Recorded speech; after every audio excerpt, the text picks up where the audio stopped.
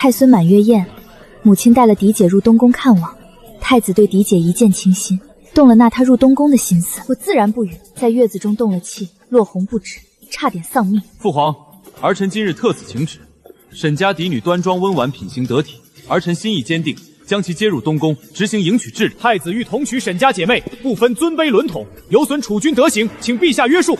东宫娶纳乃本祖家事，儿臣决意迎她入宫，恳请父皇准奏。昭昭九死一生为你生下一子，你却要迎他嫡姐入室东宫，与礼不合，立刻打消这个念头。儿臣爱慕玉儿，若礼法要拆散我与她，这规矩儿臣不认，求母后成全。沈玉儿进东宫后，日日被流言缠身，夜里也睡不安稳。玉儿，别怕。殿下，外片都说我是狐媚惑主，抢了亲妹妹的乌君，妾身心里实在难安。不过是市井闲话，你不必放在心上，有姑护着。后来他忧思过重小产，几番汤药仍是无效，最终在我孩儿周岁宴那日香消玉殒。他连真相都不查，就把账全算到我和孩子头上。若非你们母子让他触景伤情，玉儿怎么会死？他死了，你们母子怎配活着？来人，赐死！我这是重生回到满月宴当天。昭儿，我和你说话，你到底有没有在听？让你姐姐入东宫也是为你好。你如今刚生产完，身子还未恢复，只怕会有朝臣3人进东宫，到时候恩宠旁楼，还不如让你姐姐入东宫。她若获宠，也不会与你生分，姐妹共侍一夫，不管谁得宠，都是对方的助力。她进宫至今，半句没问孩子，半句没问我身子，只惦记着替她的长女求一条富贵之路。母亲，当年选太子妃，皇后本属意嫡姐，是你不同意，因为皇子争储，你怕嫡姐嫁入东宫有危险。如今东宫未稳，你便想让嫡姐入宫，是因为嫡姐比我更适合做太子妃吗？妹妹，母亲是为了你好，你身子还未好，她怕你不能侍寝失宠于太子，你怎么能这样想母亲和我？我只是担心你而已，我们是姐妹啊。刚才进东宫，太子已见了你姐姐，想必玉儿入不入东宫，也不是你能决定的了。你答应最好，不答应只怕也由不得你。我们走。特急让太子见到嫡姐，这一切还真是和上辈子一模一样。你们郎有情，妾有意，这一次我成全你们。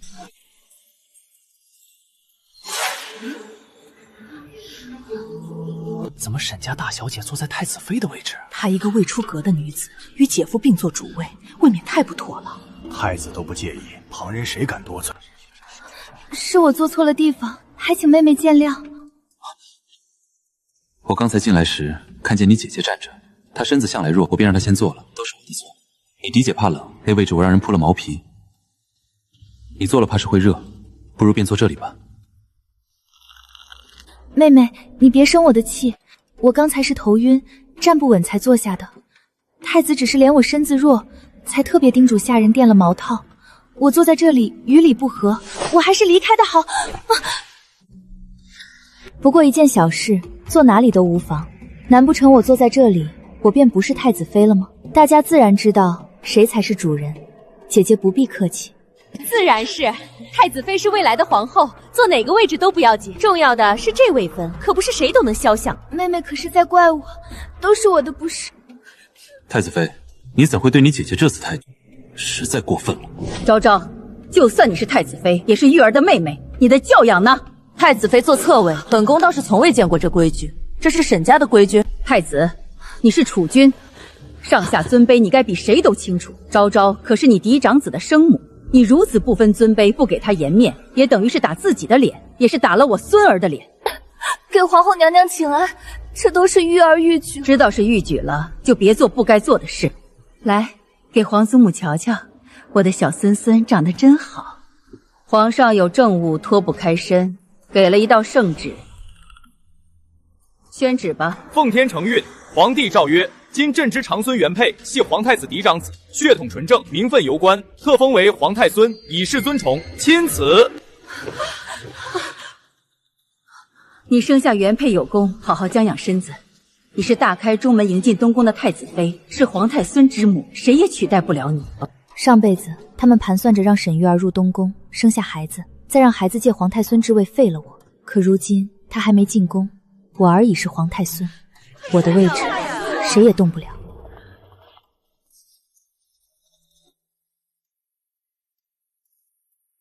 殿下有话不妨直说，不如殿下迎娶姐姐入东宫吧，妾身愿意成全。昭昭，你当真愿意？你才出月子，我本不该这时来商讨此事，可是玉儿出宫时红着眼睛，我实在放心不下。妾身明白，长姐身子娇弱又敏感多思，殿下早一日迎娶她进来，她也能早一日放宽心。妾身如今刚出月子，还不能很好的服侍殿下。妾身也同母后提过，为殿下选取侧妃，只是母后心中像是已有侧妃人选。若姐姐入东宫，怕是在位分上要委屈些。不过姐姐向来贤惠，不争这些，她眼里都是殿下，应该不会计较。殿下只管去同姐姐说就是。昭昭，你居然这般贤惠，能娶到你为太子妃，是我的福气。沈玉儿想进东宫，当然可以，只是她只能是良为。奉天承运，皇帝诏曰：沈氏嫡长女沈玉儿温柔恭顺，着册为太子良缘，择日入东宫，钦此。公公是不是弄错了？太子明明说过喜欢我，会封我为嫔妃，抬我入东宫。就算不是嫔妃，那侧妃呢？沈良爷，太子怎么可能同娶两姐妹为太子妃？别说嫔妃，连侧妃都是要给国公府嫡女的。沈大小姐身子不好，怕是日后入了东宫，也未必能生育子嗣。封个良为已是天恩了。可是我女儿天生丽质，出身名门，她还是尚书府的嫡长女。尚书夫人，你已经有一个女儿是太子妃了，难道这皇家的好处都要给你们沈家不成？沈尚书就不怕皇上忌惮？是，臣领旨谢恩。夫君，我们玉儿怎么能当良位？昭昭一个庶女都当了太子妃，我们玉儿怎么能屈居她之下？是你们闹着要嫁进东宫，如今昭昭已生下皇太孙，地位稳固，你们还想干什么？你们求来的尊荣，如今给你们了，这不就是你们自己想要的吗？如今圣旨已下，玉儿嫁也得嫁，不嫁也得嫁。昭昭是我的女儿，如今她是太子妃，你们不可再与她为难，入了东宫要以她为尊，若再生事，我对你们不客气。明日便是太子良玉进宫的日子，本宫叫你们来，只是提个醒。太子良玉是我嫡姐，也是太子心爱之人，她向来体弱多病，大家能多忍让便多忍让，只当看在本宫的面子上，多容她几分。在殿下面前，便是本宫也要让她几分的。娘娘何必这样说？这东宫又不是只有她一人，除了娘娘，大家都是妾，她又能高几分？娘娘自不必忧心，我们自有我们的法子。她若不欺我们便罢了，若敢动到我们头上，我们也不是好欺负的。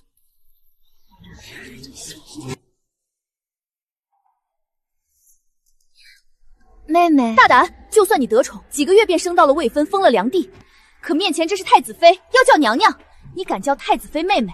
这是东宫，你敢以下犯上？娘娘，妾身子近几日不适，大夫诊了，说怕是有喜了，要过半个月才能确诊。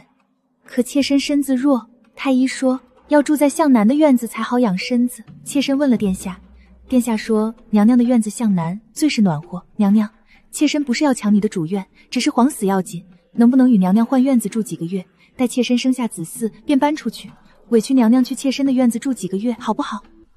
良娣要住东者主宴，太子应允。殿下，娘娘不愿意让妾身住正院，妾身实在不知如何是好。若皇嗣出了事，可怎么办？太子妃，一切以皇嗣为重，不如你先搬出去，让玉儿在正院安心养胎，等玉儿生下子嗣再换回来便是。蠢货，真当东宫有你只手遮天？是，妾身这便叫人将物件挪去侧院。来人啊！快叫太医！太子妃娘娘被气晕了，太子妃晕过去了，快去请皇后，快传太医！还愣着做什么？太医呢？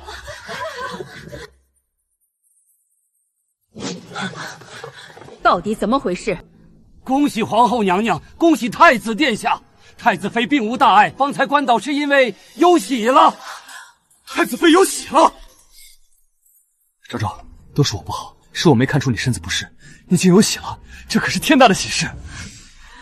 太子殿下，太子妃如今有喜，可万万不能搬出正院啊！东宫嫡子何等要紧，若太子妃搬出去动了胎气，谁担得起这个责任？是啊，传出去正妃还要给良妃让院子，朝臣们岂不是要议论殿下宠妾灭妻？放肆！怎么回事？谁让太子妃搬出正院？皇后娘娘恕罪，妾身只是太医说妾身可能有了身孕，妾身身子又弱，需住向难暖和的院子。殿下才一时心疼妾身，说想让妾身住进正院。混账东西！你身为储君，宠妾灭妻，嫡庶轻重都分不清了吗？母后，你只是昏了头！别说她只是怀疑有孕，她便是真的有孕又如何？太子妃是正妃，是皇太孙之母，你竟叫她搬离正院，给一个妾室腾地方。明日若有御书上修弹劾你宠妾灭妻，嫡庶不分，你拿什么去堵天下人的嘴？你还嫌东宫的笑话不够多吗？你想要子嗣，有的是途径，何必把一个侍妾捧得不知天高地厚？如今太子妃有孕，被他气晕，明日你父皇若问起，你自己去解释。玉儿，又闹什么？回皇后娘娘，梁帝并未有孕，梁帝只是近日吃的油腻了些，肠胃不适，又见月事推迟，这才误以为是有喜。臣观他脉象并无喜脉，只需清淡饮食几日即可。好得很。不过一个小小侍妾，便敢借着莫须有的喜脉闹得东宫鸡犬不宁。人人都说尚书府嫡女才名在外，如清高孤傲，争风吃醋，搬弄心计，哪里有半分高门贵女的模样？偏偏太子还被迷了心窍。母后息怒，殿下方才也只是心疼她，以为有孕罢了。如今查明她并未有孕，儿臣也就放心了。方才见她晕过去，儿臣还担心她腹中胎儿有恙呢。你还替她说话？昭昭，是我错了，我不该一听她说有孕便乱了分寸。你如今又有了身孕，实在是东宫之福。明日我亲自去皇阶寺为你求一道平安符。殿下也不是第一次做父亲了，怎么还这样激动？你还是先去看看梁娣吧，她今日受惊不小。她不过一个妾，如何比得上太子妃和你腹中的孩子要紧？臣弹劾太子宠妾灭妻，行事荒唐，为一侍妾，竟险些令有孕的太子妃让出正院，有失储君体统。臣再弹劾礼部尚书沈大人教女不严，纵得沈家嫡女在东宫恃宠而骄，搅得储宫不宁。皇后娘娘懿旨到。沈良娣恃宠生骄，言行失德，冲撞太子妃，降为凤仪，闭门思过。凤仪，皇后娘娘还有口谕，沈凤仪身子弱，要好好将养，这2个月便不必侍寝了。不可能，怎么会不可能有孕？我的月事已经迟了半个月，我还思酸反胃，怎么可能只是肠胃不适？你是不是诊错了？凤仪息怒，臣不敢妄言，确实不是喜脉。沈凤仪可小心些，皇后娘娘刚叫姨好生养着，您就这样大动肝火，若再闹出什么事，只怕位分还得往下。你算什么东西，也敢来踩我？婢妾算什么不重要，重要的是，您如今只是凤仪，凤仪好生歇着吧。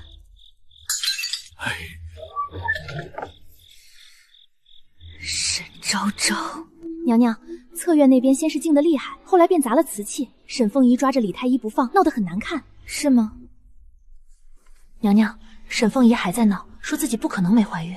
她自然不甘心。你母亲病重那年，是本宫替你周全了药钱和人情。娘娘恩情，臣一直记得。本宫要你在沈玉儿的药方里添2味不打眼的药。娘娘，这不会伤身，只是让人月事迟，脉象浮滑，再添些丝弦、恶心的症状，看起来与有孕极像。臣明白。他那些在闺阁里玩惯了的小心思，在东宫的刀光剑影里太浅了。娘娘，沈凤仪闯进来了。你以为你如今有了身孕便赢了吗？我告诉你，绝无可能。说完了，太子殿下喜欢的人是我，不管我有没有身孕，我在他心里的位置都无人可替。你如今有孕又如何？你不能侍寝，不能争宠，你又以为自己能霸住他多久？等我有了身孕，沈昭昭，我们再走着瞧。所以呢，我才是沈家嫡女，原本该做太子妃的人也是我，你不过是个代替品罢了。你们在说什么？什么叫原本要当太子妃的人是你？殿下，当年原本皇后娘娘选中的太子妃人选是我，是沈昭昭使了手段，才让皇后改了主意，是她代替我嫁进了东宫，是她抢了我的位置，原本该与你做夫妻的人是我啊！太子妃，她说的是真的吗？殿下信她。我一直以为你闲言之里是最懂分寸的人，若她说的是真的，那你嫁进东宫难道从一开始就是算计？殿下，我如今什么都不求，我只想留在您身边。可太子步步防我，处处压我，哪怕如今我什么都不争了，他还是不肯放过我。沈玉儿，当初是谁哭着说宁可去死，也不愿嫁入东宫，怕死在夺嫡之争里？又是谁逼着我替你出嫁？如今倒成了我抢了你的婚事。殿下，他的话你当真信？此事我会查清。在此之前，你既然已有身孕，便多休息。东宫事务暂交侧妃打理。从今日起，你安心待在正院，不必再管其他事，一切等你生下子嗣后再说。臣妾遵命。太子妃怀着身孕，殿下却1个月都不来看看，实在太过分了。沈凤仪都被降了位分，殿下还这样偏宠，难道真不怕言官再弹劾一次？如今东宫人人看着风向，又开始往侧院那边靠了。不必如此，沈凤仪如今正得势，你们也不必为了我去得罪她，免得反而让太子不喜，连累了自己。娘娘都这样了，还替我们考虑，越是如此，越叫人替娘娘委屈。太子越宠，他便会摔得越重。你这2日胃口不好，多少吃些。又怎么了？殿下如今待妾，果然不如从前了。姑这几日都在你这儿，你还要胡思乱想什么？妾因为位分低，又惹了皇后娘娘不喜，东宫里人人看清臣。若殿下也不护着妾了，妾当真不知道该怎么办。谁说姑不护着你？妾不是那个意思，只是妾每次想起太子妃看妾的眼神，心里就发慌。太子妃如今虽在正院，可妾总觉得她还是怨着妾。她已被禁足，如今翻不起什么风浪。娘娘许是无意，是妾自己胆小，妾只求能安安稳稳陪着殿下，旁的什么都不敢想。主子，怎么回事？妾这几日总是恶心，闻着味道就难受。传太医！少废话，快看！说，恭喜殿下，沈凤仪这是喜脉。妾有孕了。臣反复诊过，不会有错。好，好，来人，重赏侧院。是。娘娘，侧院那边确诊了，沈凤仪这次是真有喜了。殿下高兴得很，昨夜一直守在侧院。太子呢？今早还命人送了不少补品和赏赐过去，还传了话要恢复沈凤仪的位位。娘娘，沈凤仪本就得宠，如今又有了身孕，只怕更要张狂了。她若没这个孩子，才真要急了。那咱们什么都不做。她腹中这个孩子如今比谁都金贵，太子捧着，皇后盯着，父皇那边也会看着，捧得越高，才越不能出半点差错。太子殿下有令。娘娘，殿下命人传话，沈凤仪有孕有功，晋为良娣，另赐东珠一活，云锦6匹，人参燕窝若干。知道了，未免太抬举她了。抬举的越厉害，她越容易忘了自己是谁。回禀太子殿下，沈良娣底子太虚，若停了调养的药，怕是撑不到皇嗣出生；可若继续服用，只怕会伤及腹中胎儿。就没有2全之法？臣无能。要照旧熬。娘娘，若如此，将来这孩子就算生下来，也恐怕……你只管熬药，我若不赌，这辈子都只能活在沈昭昭收头。你放心，姑定不会让你和孩子有事。你今日气色倒比昨日好些，有殿下陪着，妾自然安心。姑也该去正院看看了。太子妃有孕，今日姑去的少，这是应当的。妹妹是正妃，又怀着殿下的孩子，殿下自该多陪陪她。碧荷，娘娘，若殿下在正院待久了，你知道该怎么做。是。太子殿下到。见过殿下。不必多礼。近来身子如何？一切安稳，劳殿下挂心。你好生养胎，别多思多虑。是。殿下，良娣娘娘忽然腹痛，脸色白得厉害，奴婢们怎么劝都不成，娘娘只说想见殿下。请太医了没有？已经让人去请了，可娘娘一直叫着殿下。你好生歇着，姑改日再来看你。殿下好不容易来一趟，连一盏茶都没做热，侧院一请就走。娘娘也是有孕之身，殿下怎能这样偏心？小声些。她既想去，谁拦得住？奴婢就是替娘娘不值。没什么不值的，她既拿孩子困住太子，那这份恩宠，她就要接吻了。沈良娣到。妾身给太子妃请安。起来，赐座。妾身份卑微，如何敢在太子妃面前放肆？妾站着便好。良娣有孕在身，太子妃最是宽厚，坐着说话也无妨。不敢，妾只想来给娘娘请安，尽妾室本分。他哪里是来请安的，分明是故意来做给那些命妇看的。他这一趟倒把咱们正院衬得像个吃人的地方，他分明是来给娘娘架火上烤。他有孕在身，又装得这样低微可怜，自然人人看他委屈。娘娘，今日这些人出了东宫，外头还不知要传成什么样。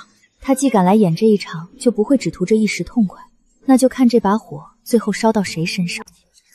娘娘，外头已经传开了。传什么？说您跋扈善妒，容不下有孕的妾室，还说沈良娣日日来正院立规矩，受尽苛待。这些命士嘴上客客气气，出了宫倒是什么都敢说。他要的就是这点闲言碎语。可若传进殿下耳中，已经传进去了。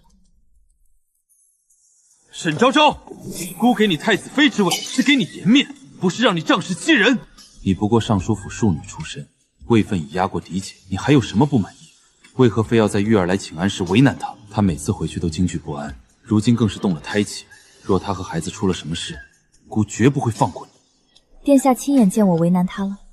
如今外头都这样说，难道还是空穴来风？原来殿下也知道，是外头在说。哼，沈昭昭，玉儿若再因你受半点委屈，姑定唯你是问。殿下今日在正院和太子妃大吵了一场，如今东宫上下都知道了，是吗？殿下别为了妾和姐姐伤了和气，若真是妾的错，妾愿去给姐姐赔罪。这事不怪你，是他心胸狭窄，容不得人。我又梦见血了，满地都是血，有人要害我的孩子。怎么回事？妾也不知为何，这几日夜夜梦萦，休整整宿睡不着。殿下，妾真的怕。去请人来看看。东宫近来气场相绰，尤其正院胎气太盛，与良娣腹中黄丝相克。妾知道自己只是良娣，不敢求太子妃为妾避让，可妾真的怕孩子有碍。玉儿身子弱，却还要为姑生儿育女，你是她姐妹，更该体谅她。你先搬出正院，避一避，等玉儿生下子嗣，再搬回来。殿下忘了前些日子的事，不怕朝臣再弹劾你。姑是太子，为了皇嗣，一切都值得。朝臣还管不到姑的内宅，况且你如今禁足，住哪里都一样。臣妾遵旨。娘娘，这正院原本就是您的，哪能说让就让？娘娘，殿下当真狠心，径直让您搬来这种地方。正院本就是娘娘的，凭什么让给别人？急什么？该是我的，迟早还会是我的。娘娘，太子殿下刚被皇后娘娘叫去凤仪宫了。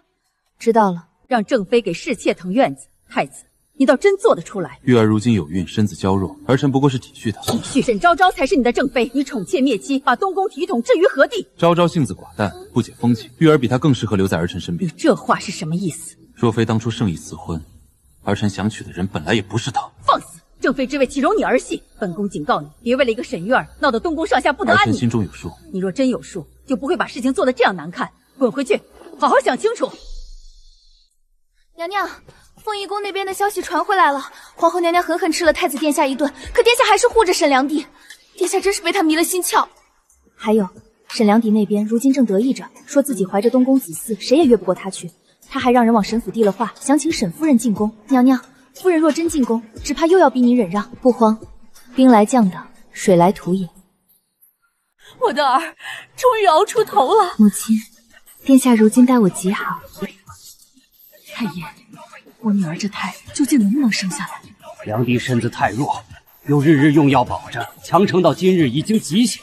若照眼下这情形，怕是很难平安足月。那就想办法保。不是，你如今也该认清自己的身份了。母亲想说什么，直说便是。你不过是个庶女，靠着一时运气才占了太子妃的位置。等你姐姐生下儿子，你就识趣些，自己上折子请费，把位置还给她。到时你若懂事，我和你父亲也不会亏待你。回沈府总少不了你一口饭吃。口口声声说不亏待我，就是要我把一切都让出去，再回沈家养人鼻枭。沈良娣到。妹妹，太医已经瞧过了，我这一胎十有八九是男胎。等孩子出生，我会让殿下请封他为皇太孙。至于你那个长子，将来做个寻常皇子，也未尝不好。这是药丸，每日服一粒，可拖缓产期。待你姐姐发动时，你也一并服下。若你们能在一日生产，一切就好安排。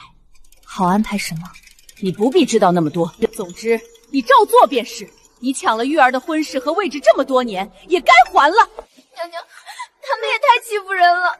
他们不只想要我的位子，先留着，日后有用。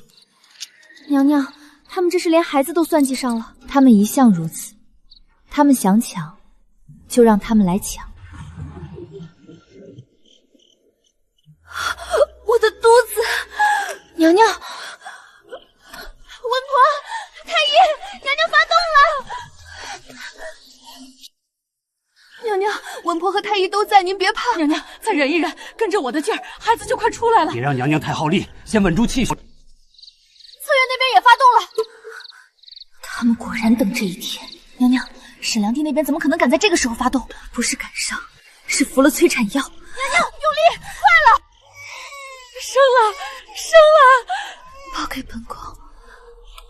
快，把孩子先抱出来给我瞧瞧。谁也不许碰本宫的孩子！你这是做什么？孩子刚生下来，总要先抱出去洗净、冲洗。冲洗？拿本宫的孩子去给谁冲洗？你姐姐那边难产，迟迟生不下来，你的孩子抱过去，说不定能添福气，助她一把。本宫的孩子凭什么给她冲洗？你别不识好歹！来人，除了本宫，谁也不许抱走这个孩子！夫人，请止步！一个贱婢也敢拦我！夫人，不好了，良娣那边不好了，你快去看看！把孩子抱过去！拦住他们！扶本宫去！娘娘，您现在不能动。扶本宫去策源，他们把本宫的孩子抱走了。娘娘，您刚生产，身子根本受不住。本宫要亲眼去看，他们到底想做什么。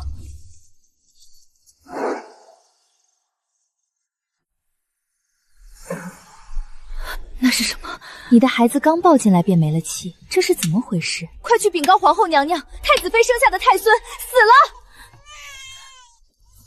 你胡说！姐姐，孩子没了就是没了，你再伤心也不能抢我的孩子啊！这可是我拼了命才生下来的骨肉。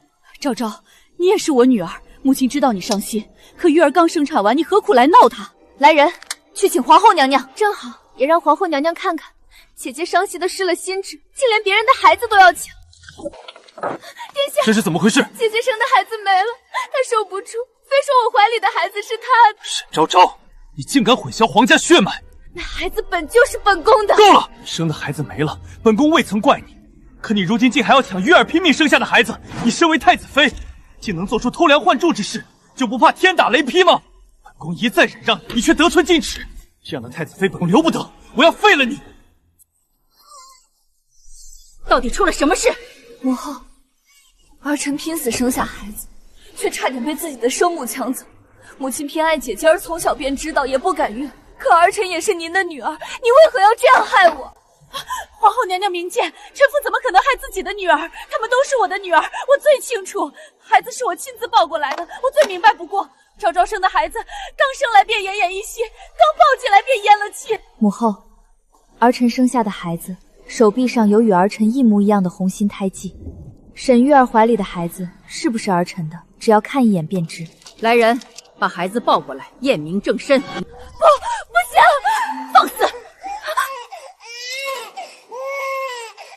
我的孩子，这也不能说明什么。臣妾和姐姐是亲姐妹，孩子有一样的胎记也不奇怪。好啊，那就叫太医来滴血验亲。不行，孩子刚出生，怎么能用针刺他？他可是太孙。若你心里无鬼，怕什么验亲？来人，备水。开始。不能验！两个孩子身份未明，滴血验亲已是清白，你却百般阻拦。沈玉儿，你在怕什么？把沈良娣压住，重新验。殿下，救救臣妾，我们的孩子不能受这种苦。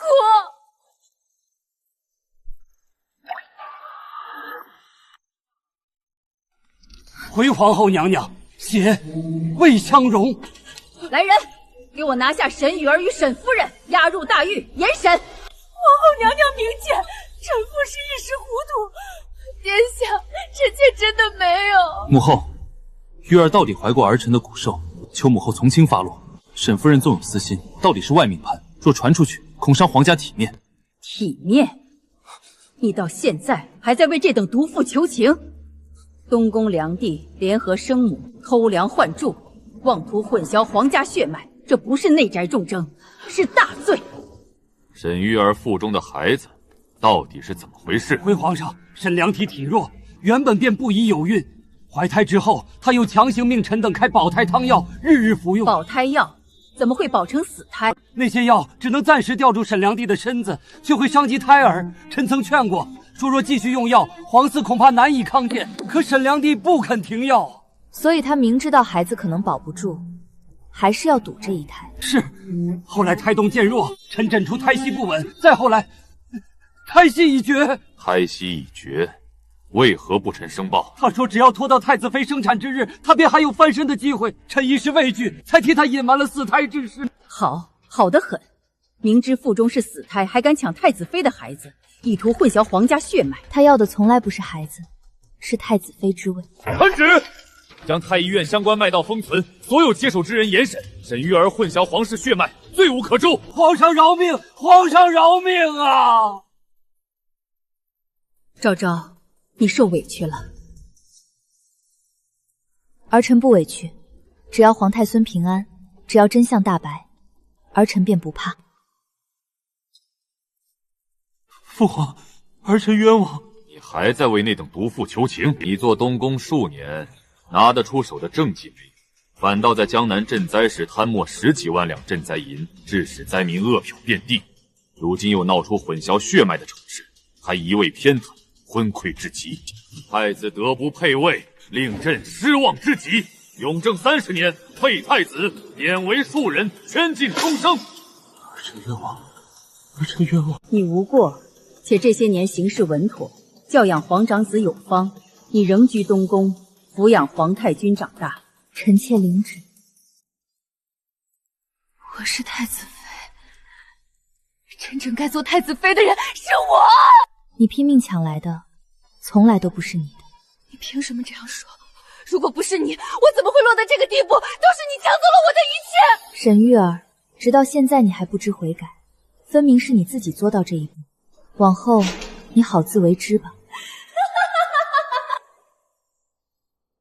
沈玉儿快死了，那不是本夫人的女儿。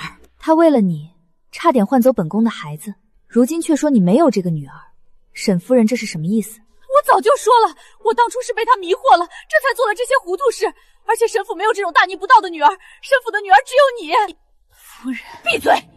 你这些年偏心筹谋，机关算尽，到头来连自己最得意的女儿都保不住，也不愿意认。沈夫人，你可知足？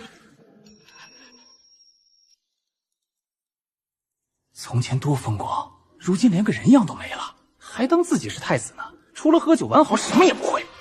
你们在说什么？奴才不敢，不敢！本王再落魄，也是你们的主子。谁给你们的胆子，敢在背后嚼舌根？拖出去！张嘴！再敢多说一个字，本王就要你们的命！小殿下，再写一页。还要写？再写完这一页，才能出去玩。母妃比代父还严，严才不会被人骗。娘娘教得好，小殿下如今最听您的话，乖乖学，才守得住该守的东西。皇上，太子妃与皇太孙到了。让他们进来吧。参见皇祖父。抬起头来，让皇祖父看。几日不见，朕的皇孙又长高了些。孙儿日日好好吃饭读书，就是想让皇祖父安心。好孩子，懂事了。朕今日召你们来，是有话要教的。从今日起，朕亲自教你看折子，学断式，学怎么坐稳这个位置。好孩子一定要好好学。孙儿谨承皇祖父教诲。自身也得强大起来。你若软一分，底下的人就敢踩你10分。先看这一封，说给朕听，别学那些只会讨巧的废话。这不是缺粮，是有人故意拖着不报。若只催粮，下面的人会借机甩锅。继续。要先稳住军心，再查账册。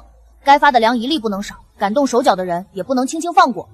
若查到的人正好是你身边最亲近的人呢？若他敢贪，就该罚；若他敢乱，就该杀。记住，你将来做的是天下，不是慈善堂。朕要你记住，治国不是靠嘴硬，是靠脑子和胆子。孙儿记住了。这一封该先批什么？回皇祖父，依孙儿浅见，应当先调拨粮仓赈济淮水沿岸流民，再派官员彻查地方官吏克扣粮饷之事。流民安定之后，方可着手修缮堤坝，最后安抚沿岸失地百姓，减免雷年赋税。诸事循序渐进，不可本末倒置。很好，小小年纪分得清轻重缓急，难得。你可知赈灾浩淫巨大，彻查地方更是不易掀起风波，许多老臣都不敢轻易。灾情当前，百姓为本，若是顾忌风波，任由流民流离，后患只会更甚。再看这个，这里的措辞不对，像是故意把真事压成小事。终于看出来了，朝堂上最怕的不是明着换，是拿一层漂亮皮裹住刀。原配，过来。若真明日倒下，这宫里的人先乱的是什么？人心。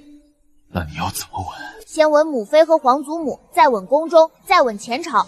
谁敢借皇祖父病会生事，孙儿就先让他知道什么叫规矩。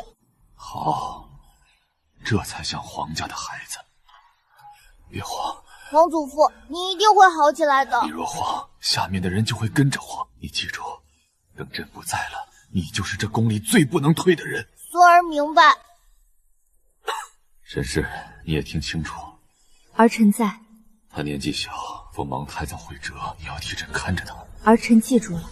大行皇帝遗诏，立皇太孙原配承奉宗庙，祭登大宝。遵旨。新皇登基，吾皇万岁万岁万万岁！奉新帝旨意，册封沈氏为皇太后。新君已立，谁若还想动歪心思，就先掂掂自己的脑袋。皇上、太后、宗室诸王联名上折。宗室以为皇上年少初登大弊，国事繁重，恐有外臣轻慢新君，诸王请推举宗室长辈协助理政，以安朝局。协助理政，折子领头的是肃亲王袁承彦，宁亲王袁承礼也书了名。肃亲王倒是急，朕刚坐上龙椅，他们便怕朕坐稳。回去告诉诸王，皇上已阅。臣遵旨。母后，他们这是要夺权？不是要，是已经开始了。今日折子递上去，太后怕是已经起疑。她起疑又如何？一个外姓太后，仗着皇帝年轻，真以为能压住宗室？可皇上毕竟是先帝遗诏所立，遗诏立的是个孩子，前朝无人辅政，后宫一个女人掌印，这天下难道要交到一个外姓族手里？王爷想要辅政权，先辅政再监国，朝政在本王手里，龙椅上坐谁，还不是宗族说了算？记住，这天下姓袁，不姓沈。皇上年少初登大摆，臣等宗室忧心朝局不稳，愿推举宗亲辅政，以安天下人心。辅政？皇上聪慧，臣自然不敢越权，只是太后久居深宫，不宜过问若无宗室长辈扶持，恐叫外臣轻慢新君。臣以为肃亲王所言也是一片。臣复议，宗室辅政议何阻滞？诸位继续说。臣年迈无求，只愿暂领辅政之责，待皇上亲政，再交还大权。母后为何拦儿臣？他们分明是逼朕分权。哀家知道斥退一个肃亲王容易，可他背后站了多少宗亲，多少旧臣，你看清了吗？他们想要权，就让他们伸手，手伸出来，才知道该砍哪一只。母后要引蛇出洞。你刚登基，若只会怒，人人都觉得你还是孩子。这一次，你要自己稳坐在那龙椅上。臣请皇上早立辅政章程，以免朝令迟滞，贻误国事。宗室皆盼朝局安稳，还请皇上以社稷为重。既然诸位宗亲如此忧心皇上年幼，哀家可以暂避后宫，前朝政务不再多言。太后贤明，臣等皆是为江山社稷着想。那哀家便看着，诸位是为江山，还是为自己？太后今日退让，看来也是怕了宗室生事。可沈太后不像轻易服软的人，她再厉害也不过是个女人，她能斗倒沈玉儿废太子，可前朝宗室不是后宫妾室。王爷下一步打算如何？辅政章程一立，本王便先掌奏折，再调换宫门禁军。王爷这是入地年少太后乱政，本王清君侧，有何不可？去告诉禁军副将，富贵就在眼前，别站错了队。京中已经在传，朕是废太子之子，地位沾着废太子的污名。肃亲王开始攻你的血统了。他想扶废庶人，他只是要让你背上罪人之子的名声，再以宗室长辈自居，夺你手里的权。那便查传谣之人。传谣的人只是嘴，肃亲王才是手。废太子当年贪墨赈灾银，数额巨大，他一个人吞不下。难道肃亲王也分了赃？他越急着夺权，越说明旧案里有他的命门。看这里，赈灾营从江南转入东宫前，曾经在宗室田庄过了一手。这田庄名义上属宗室公产，实际管事却是肃亲王府的人，所以他不是怕废庶人死，他是怕旧案被翻。若查实肃亲王便是贪朕营的同谋，还不够，要让他自己站到明处。怎么让他站出来？给他一点赢的错觉，他越觉得我们退，他越敢把刀亮出来。儿臣明白，刀亮出来才好折断。皇上，臣近日整理宗室旧档，发现先帝病中曾留下一道密谕。密谕，先帝忧心皇太孙年幼，曾命宗庶长辈辅政，以固江山。臣本不敢轻臣，只是如今朝局未稳，不得不奏。臣可作证，此谕确出宗族旧档。既是先帝密谕，为何先帝驾崩时不成？如今才出现？当日国丧仓促，臣不敢惊扰。如今见太后退居后宫，皇上独立朝政艰难，才不得不献上。那道密谕，真是先帝留下的？你怕了？伪造先帝密谕是诛族大罪。等本王摄政，谁敢说他是假的？元帝年幼，沈昭昭外姓乱政，只要本王拿到摄政权，下一步便以幼帝失德太后干政为由废帝另立。废帝？怎么？你以为本王真只是想替那孩子批折子？龙椅空出来，才叫真正安定。皇上，先帝一意不可为，臣请入朝议政，暂辅皇上理政。准肃亲王入朝议政。臣谢皇上信重。皇上，江南不朕圣旨，还请用印。且慢！国库连年耗损，旧案尚未查明，贸然拨银，只会使朝政更乱。江南灾民等的是粮，不是你口中的朝局安稳。皇上人心可贵，只是年少不知国际艰难，为君者不能只凭一时心衰。他当着百官的面驳朕圣旨，分明是要告诉天下，朕做不了主。沉住气，静待来日。母后要儿臣继续忍？不是忍，是等他自己把谋逆两个字写实。太后，皇上，臣查到禁军副将今日与肃亲王府往来密切，这是结下的密信，调换宫门守卫先帝百日祭，臣是否立刻拿人？再等等，线放的越长，才能调出整张网。那便让他以为朕已经被他压住了。废帝，请审视。王爷，肃亲王那边还等回话。他疯了，这不是辅政，这是谋逆。肃亲王说，王爷已经署名连折，如今抽身，也没人信您清白。本王只是想跟着宗室讨些好处，没想陪他掉脑袋。宁亲王昨夜睡得可安稳？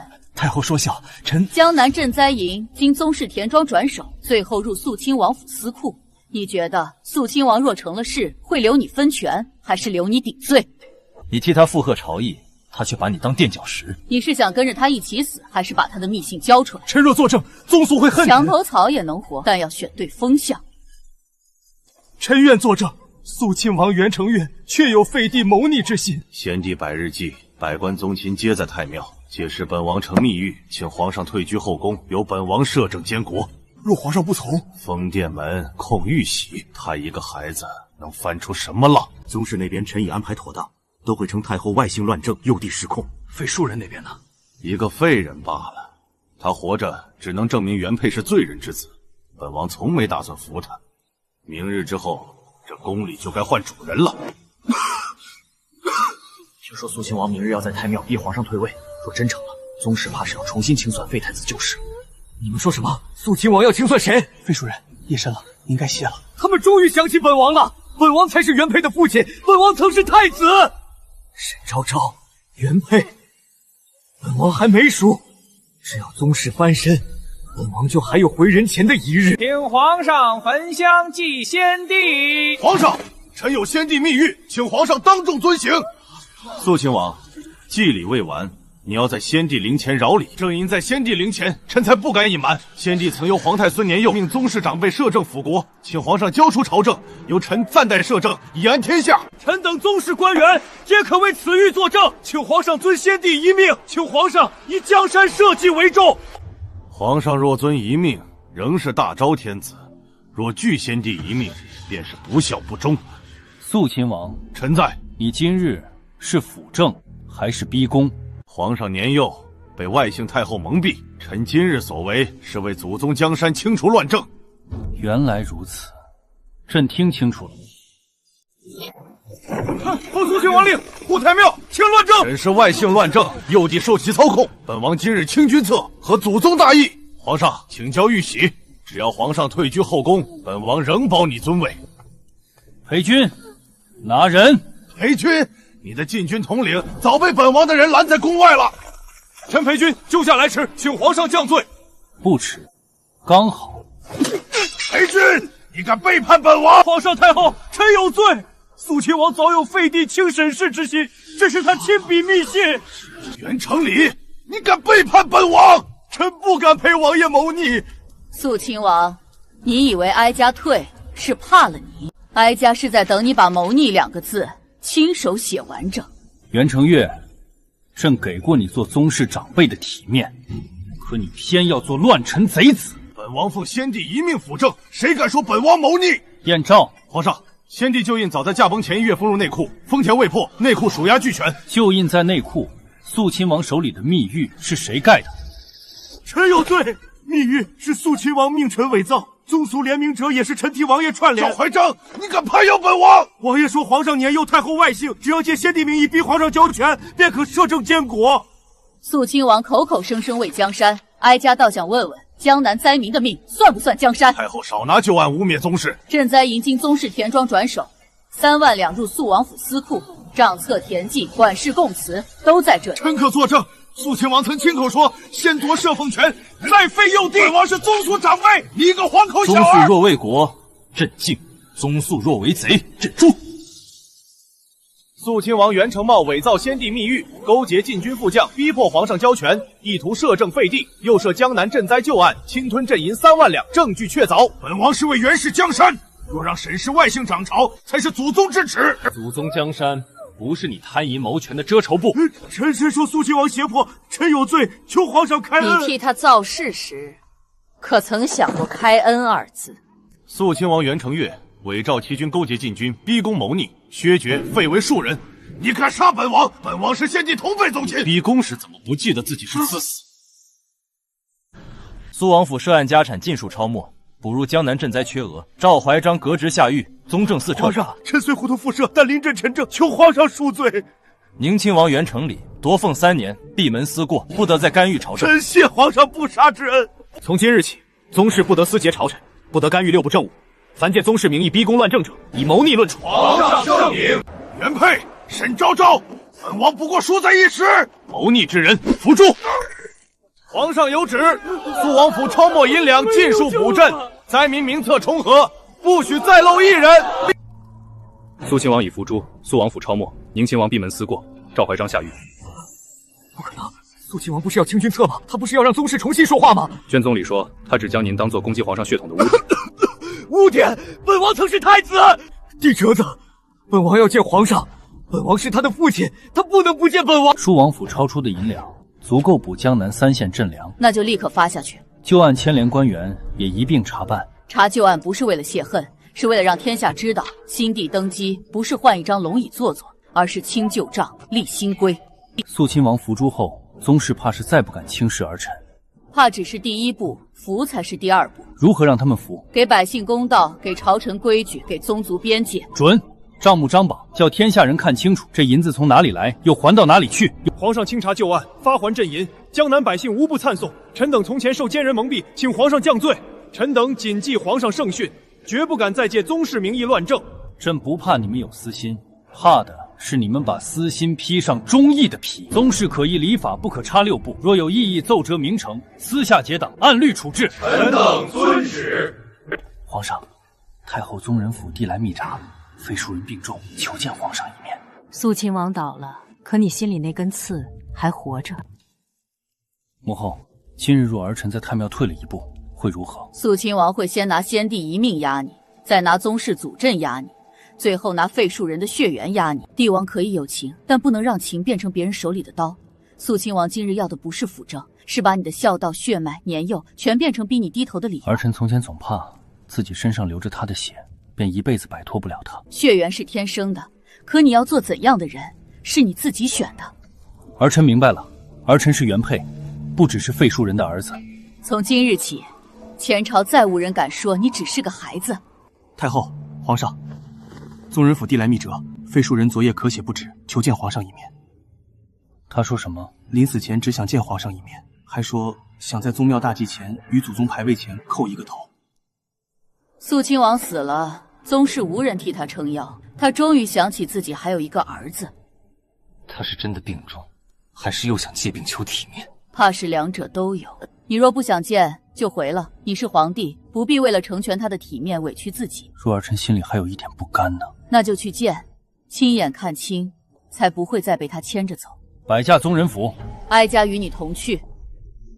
他从前在东宫时最在意体面，衣冠礼数旁人的眼光，样样都要最好。所以如今没了体面，比要他的命还得。皇上，太后，费庶人昨夜咳血后不肯喝药，只说要见皇上。他还说了什么？他说，毕竟若皇上连临终一面都肯见，恐怕有损圣德。病到这地步，还记得拿圣德压阵。带路。佩儿，叫皇上。皇上，你想说些什么？这些年我在别院里日日悔过，是我对不住你们母子。肃亲王逼宫时，你也悔过了。他若成事，你是不是还等着借他回到人前？我是被宗室利用，我病成这样，哪里还有别的心思？你有没有心思，哀家看得出来。我不求复位，只求宗庙大祭那日，让我远远叩拜祖宗，让我临死前留最后一点体面。是吗？怕不只是这样吧。朕今日来，就是看你到底悔了什么。皇上，我真的悔了，我悔当年宠信沈玉儿，悔一时糊涂伤了你母后，也伤了你。只悔这个？你悔不悔当年为了沈玉儿要废母后？悔不悔在产房里不查真相便认定母后混淆血脉？悔不悔江南赈灾银案里那些被饿死的灾民？那些旧事，我也是被人蒙蔽。你这一生，倒总有人替你蒙。昭昭，我知道你怨我，可我到底是原配的父亲。你想起来自己是父亲的原配已经不需要了。佩儿，你身上终究流着我的血，你能坐上龙椅，也有我这一脉的功劳。你给朕血，是为了让朕活，还是为了有朝一日拿血逼朕低头？父子血脉哪能说逼？你对我施一点恩，天下人只会称你仁厚。所以你求的不是朕这个儿子，是天下人的一句称赞。你想让天下重新议论你，重新记起你曾是太子。你想用朕的仁孝把你从废庶人的泥里捞出来。你跪在这里装悔装病装父子情深，不过是想把宗庙当成你翻身的台阶。没有，你有。你所谓悔意，连半分都不是给朕的。皇上真要这么绝？不是朕绝，是你最为近。宗庙大祭，你不得靠近半步。你就这样把我拒在宗庙之外？你不配。我是你父亲，你却生伏于宗庙之外，就不怕天下人骂你不孝？父要杀子，子还要跪谢，才叫孝吗？是你，都是你教坏了他。若不是你从小挑，他怎会这样对我？继续说，哀家也想听听，你还能把自己的恶推到谁身上？沈昭昭，当年若不是你仗着皇太孙，仗着皇后护你，我怎么会落到今日？住口！让他说，人到绝路，总要把心里最脏的东西倒出来。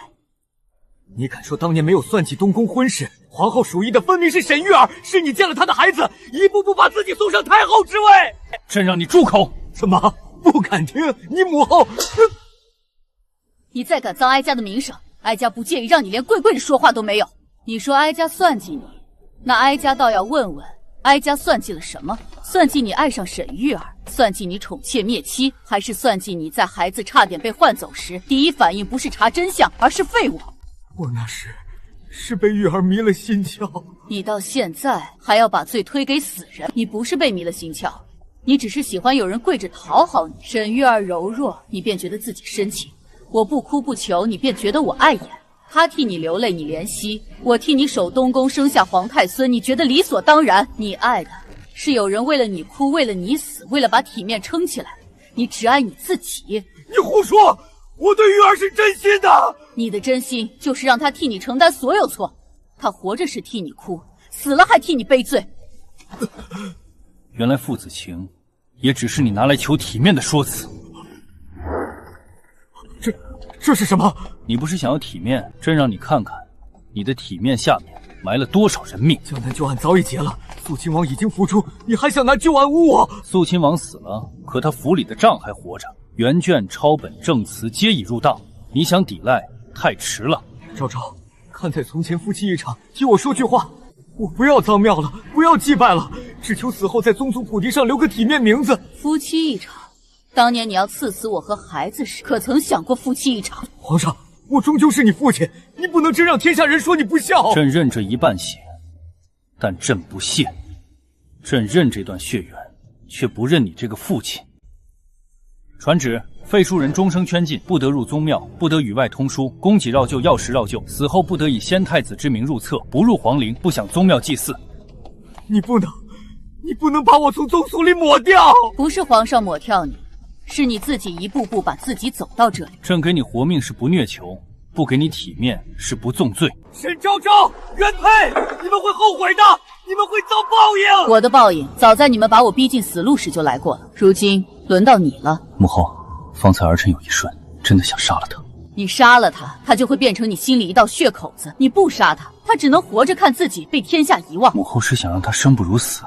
不是哀家想，是他最怕的从来不是死，是无人再记得他曾经风光。苏王府超没银两已发往江南，灾民名参也在重合。银子追回去只是第一步，谁让这些人饿死，也要一笔他算清。废庶人与肃亲王牵涉旧案，儿臣准备命人将案情录入国史。你想清楚了，皇室丑闻入史，朝臣必有非议。遮罪不是颜面，还无辜者公道才是。你知道这意味着什么吗？意味着从今日起，朕不再替任何罪人遮收，哪怕那个人与朕有血缘。江南赈灾旧案，废庶人与肃亲王袁承岳皆涉贪墨分赃，案情录入国史，不得遮掩。皇室旧丑入史，恐损天家颜面。天家颜面是靠遮掩死人换来的吗？江南百姓等粮食，没人替他们讲颜面。如今案子查明，倒有人替罪人遮羞。废庶人最怕的不是死，是被史书写明白。而原配终于敢亲手写下去。涉案官员继续清查，灾民名单重合。朕要的不只是追赃，是公道落到每一个亡魂名下。皇上圣明，旧案入国史，他竟真要把本王写成罪人。皇上旨意已下，那本王就不喝药，不吃饭，你们群暴。若他不准我入宗庙，我便死在宗人府，让天下人都知道先帝逼杀死父，看他还做不做得安稳。奴才会照实上报。他不敢，他一定不敢。废庶人拒药绝食，声称若不能入宗庙，便死在宗人府。他还想用死绑住你？给他药，给他饭，给他炭火，但不许任何人私传他的哭诉，不许宗人府外泄半句。若有人借此造谣，以欺君论。奴才遵旨。你不怕他真死？他若是病死，是绝世而死，不是朕逼死。朕不虐囚，也不会被囚犯拿命威胁。你终于不会再被他绑住了。皇上有旨，药食炭火照旧，废庶人若不食，宗人府照例记录。他不怕我死，他连我的死都不怕了。请皇上焚祭文。祖宗在上，朕承大必守国法，护万民，不以私情乱公义，不以血缘纵罪人。皇上圣明。他不再只是我护下来的孩子了，他是皇帝。让我进去，我只看一眼祖宗牌位，就一眼。奉旨，废庶人不得入宗庙。我曾是太子，这里本该有我的位置。我是太子，我曾是太子。废庶人该喝药了。废庶人，谁准你这么叫我？本王是储君，宗庙本该有本王的位置。皇上已有旨，废庶人死后不得以先太子之名入册。沈昭昭都是沈昭昭，若不是他，玉儿不会死，本王不会被废，原配也不会背弃父亲。太后从未逼您贪朕饮，也从未逼您害妻儿。你懂什么？我是太子，我才该被供进宗庙。来人，祖宗会认我，我才该被供进宗庙。废庶人，速报宫里，废庶人没了。皇上，太后，宗人府来报，废庶人于亥时病故。他临终前可有悔意？回皇上，废庶人昏迷前一直说自己曾是太子，宗庙本该有他的位置，还仍在怨太后。知道了。宗人府请旨，丧仪如何办理？按废庶人立下，不入皇陵，不入宗庙，不享祭祀。宗室普迪前旨办理，不得以先太子之名入册。奴才遵旨。奉皇上旨，废庶人按例下葬，不入皇陵，不入宗庙，不享祭祀。生前所涉江南旧案，照国史录入，不得遮掩。皇上留他全尸，这就算完了。他这一生最怕无人记得，可到最后，真正记得他的，只会是国史里的罪名。母后，儿臣是不是太狠了？狠与不狠不重要，重要的是你分清了血缘和恩义。小时候，儿臣也曾想过，若有一日他悔了，若他真像旁人的父亲一样，儿臣是不是该原谅？给你血的人差点杀你，护你命的人才是你的亲人。儿臣不恨了，但也不会原谅。那就够了。真的够了吗？不被恨绑住，也不被原谅绑住，这才是真正断了。母后，儿臣以后只认护我、教我、陪我走到今日的人。那你就不会再被血缘拖回泥里。江南旧案入国史，废庶人之罪不遮掩，肃亲王一党也已服相。儿臣会让天下人知道，帝王的体面不是替罪人遮羞，是替无辜者讨回公道。你已经坐稳那把椅子了。可儿臣知道，这一路是母后替儿臣从死人堆里挣出来的。不是替你，是替我们母子都不再被人踩回去。